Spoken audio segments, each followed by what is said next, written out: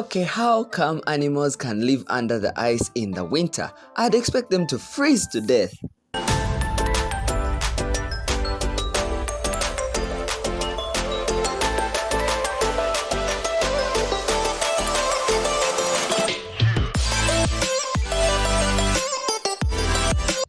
Welcome back to Starting Out, in this series where we draw personal development tips from the behavior of water.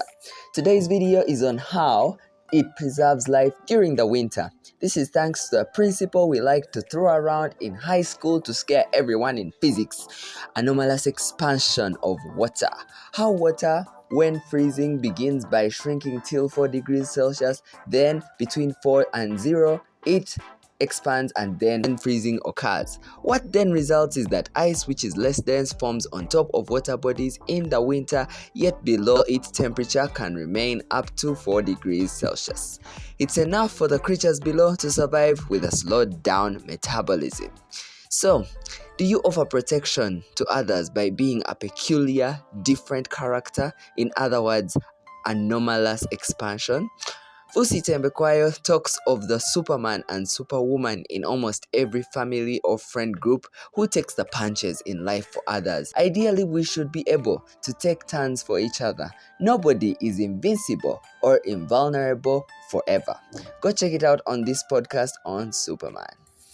So how can we behave anomalously to protect people in our care and even strangers, friends and family when the need arises? Number 1, step in when someone's taking the heat or the cold, for this matter.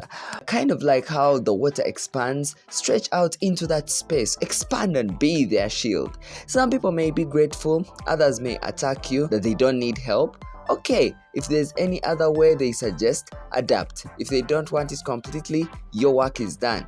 It usually reminds me of people in movies whenever a bully is trying to take down somebody and then somebody steps in. Actually, this movie of Shazam. Round 2. Yes. It's Thundercrack's Make-A-Wish kid. Fanboy here thinks he's a big boy now. Yeah, he doesn't know where he belongs. Sure I do. I don't belong in that trash can because I'll smell like human garbage. Do you realize that? And that's your brand, guys. Oh! Down goes Freeman. Hey, look. Now I'm a superhero. Nice. What is this thing doing here? Janitors. Get up, man. What are you doing? Come on. You don't want to get this fixed, huh? Yeah, that's probably why you fell. Hi, new girl. Gee, thanks, Mr. Gackle. Don't sweat it.